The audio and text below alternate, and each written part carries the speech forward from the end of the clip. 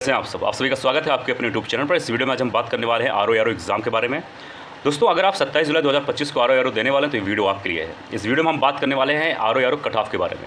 आप क्या करें कि आपका कट ऑफ क्लियर हो जाए, आप कैसे पढ़ें, कैसे कौन से सब्जेक्ट पर कितना ध्यान दें, सब कुछ बात करने वाले हैं। देखो, आपको एक बात समझनी चाहिए कि आर ओ की वैकेंसी लगभग 2 साल में आता है, तो ये मौका आपके लिए शानदार है। ये मौका आपको हाथ से नहीं जाने देना है, ठीक है। और ये मौका बार बार मिलने वाला नहीं है। और इस साल, यानी मैं बात करूं तो इस साल कम से कम 600 से ज़्यादा वैकेंसी आपके लिए है, क्योंकि जब 2023 में इसका नोटिफिकेशन आया था तो उस समय तकरीबन 400 के आसपास वैकेंसीज़ थी। उसके बाद जब इसका डेट, अगला डेट, यानी कि मैं बात करूँ नेक्स्ट डेट, जब अनाउंस हुआ पेपर लीक और पेपर रद्द होने के बाद, तो ऐसा कहा गया था कि जब इसका फाइनल होते होते कहीं ना कहीं वैकेंसी 600 के आसपास पहुंच सकती है। जाहिर सी बात है, जब वैकेंसी ज़्यादा होगी तो कट ऑफ थोड़ा कम ही जाएगा। अब इसका कट ऑफ कितना जा सकता है, इसके बारे में हम लोग बात करने वाले हैं। पहली चीज़ आप लोग ये समझो कि इसका कट ऑफ जो है 120-130 के बीच में जाने वाला है। इसका कट ऑफ 120-25 तक ही जाएगा, इससे ज़्यादा नहीं जाएगा, लेकिन हम लोग थोड़ा ज़्यादा मान के चलेंगे। इससे ये होगा कि हमारी पढ़ाई अच्छी होगी और पढ़ाई ज़्यादा होगा, ठीक है। और मेरा उम्मीद है कि आप लोग की पढ़ाई अच्छी चल रही होगी और अभी भी आप सभी के पास एक बढ़िया चांस है एग्ज़ाम की तैयारी करने का। देखो, आप सभी को ये एक चीज़ मालूम होना चाहिए कि इस समय आपको सारे सब्जेक्ट पर, सभी सब्जेक्ट पर फोकस नहीं करना है।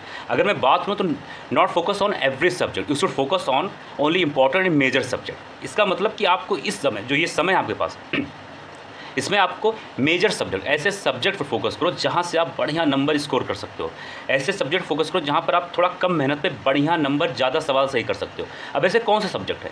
हिंदी के बारे में अगर मैं बात करूँ दोस्तों, तो हिंदी 60 सवाल आते हैं, 200 में 60 सवाल हिंदी के आते हैं। हिंदी का बहुत बड़ा योगदान है आपके सिलेक्शन दिलाने में, तो हिंदी को आप हल्के में नहीं ले सकते। लेकिन हिंदी को किस तरीके से पढ़ना, ये इंपॉर्टेंट है। अब आपको हिंदी को दोस्तों रोज़ कोशिश करो कि 30-30 शब्द याद करो। 60 दिनों तक याद करोगे, 1800 शब्द आपके पास हो जाएंगे। इससे ज़्यादा कुछ नहीं आने वाला। आपको अपने दिल को मनाना पड़ेगा कि आपको कम पढ़ना है और रिवीजन ज़्यादा करना है, ठीक है।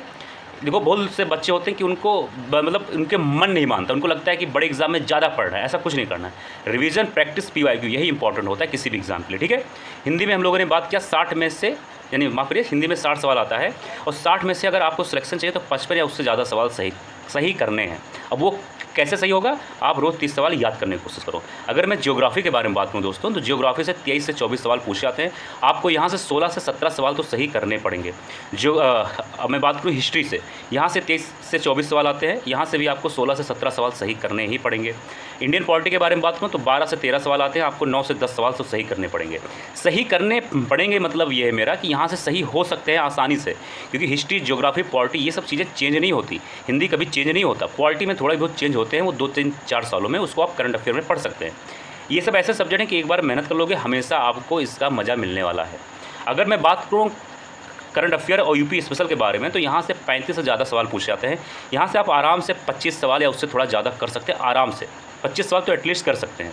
35 से ज़्यादा सवाल पूछे जाते हैं, 25 सवाल कर सकते हैं। यानी अगर मैं इन 3-4 सब्जेक्ट के बारे में बात करूँ तो आपका 124 सवाल यहीं से सही हो जाएंगे, Hindi, current affair, geography, polity और हिस्ट्री से।